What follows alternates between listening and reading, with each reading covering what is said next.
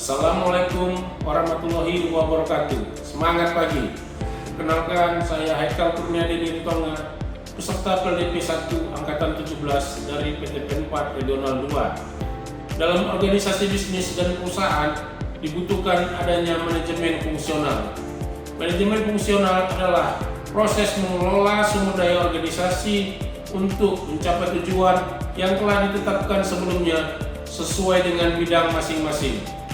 Adapun manajemen fungsional terdiri dari manajemen strategi fungsional bidang SDM, keuangan, pemasaran, produksi, dan operasi.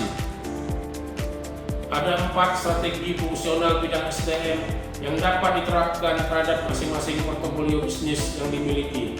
Yang pertama, growth adalah perusahaan memutuskan untuk membangun dan mengembangkan portofolio dengan melakukan intensifikasi ataupun diversifikasi usaha. Yang kedua, stability adalah ketika perusahaan memutuskan untuk mempertahankan bisnis, tidak membesarkan dan tidak menciptakan. Yang dapat dilakukan adalah melakukan pause untuk membenahi internal guna bersiap untuk lompatan pertumbuhan, fokus mengejar profit dan tidak melakukan perubahan strategi apapun. Strategi sama, produk dan pasar yang sama.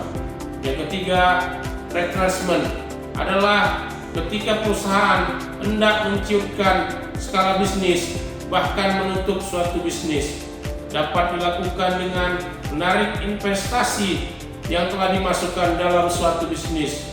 Turnaround atau putar balik adalah upaya penyelamatan yang dapat digunakan untuk merubah bisnis yang sakit menjadi sehat kembali.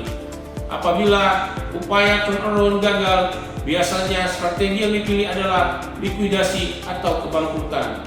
Yang keempat, combination adalah suatu strategi dengan tema menjalin kerjasama dengan pihak lain untuk membangun daya saing bisnis.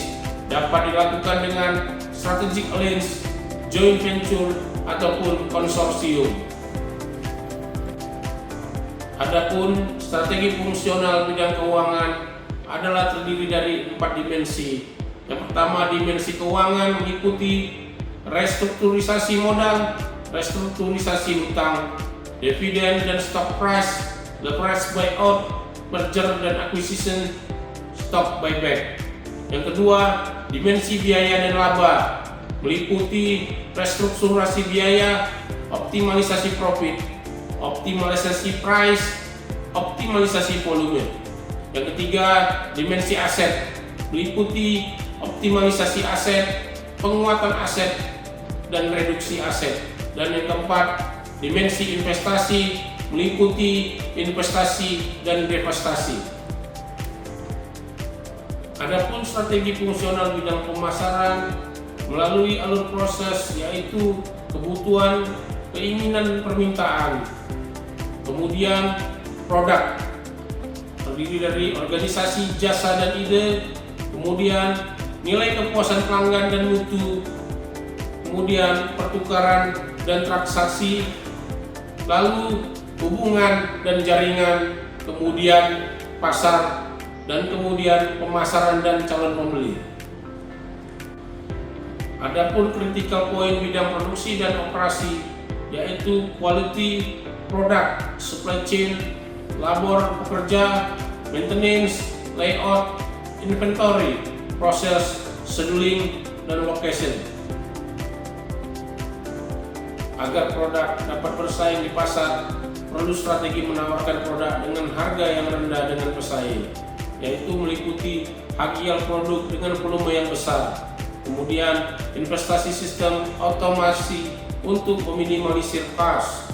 Ketiga, efisiensi proses produksi, biaya produksi, energi, dan yang terakhir low cost, yaitu HPP rendah. Demikian saya sampaikan, semoga dapat bermanfaat. Assalamualaikum warahmatullahi wabarakatuh. PTPN tumbuh juara bangun negeri.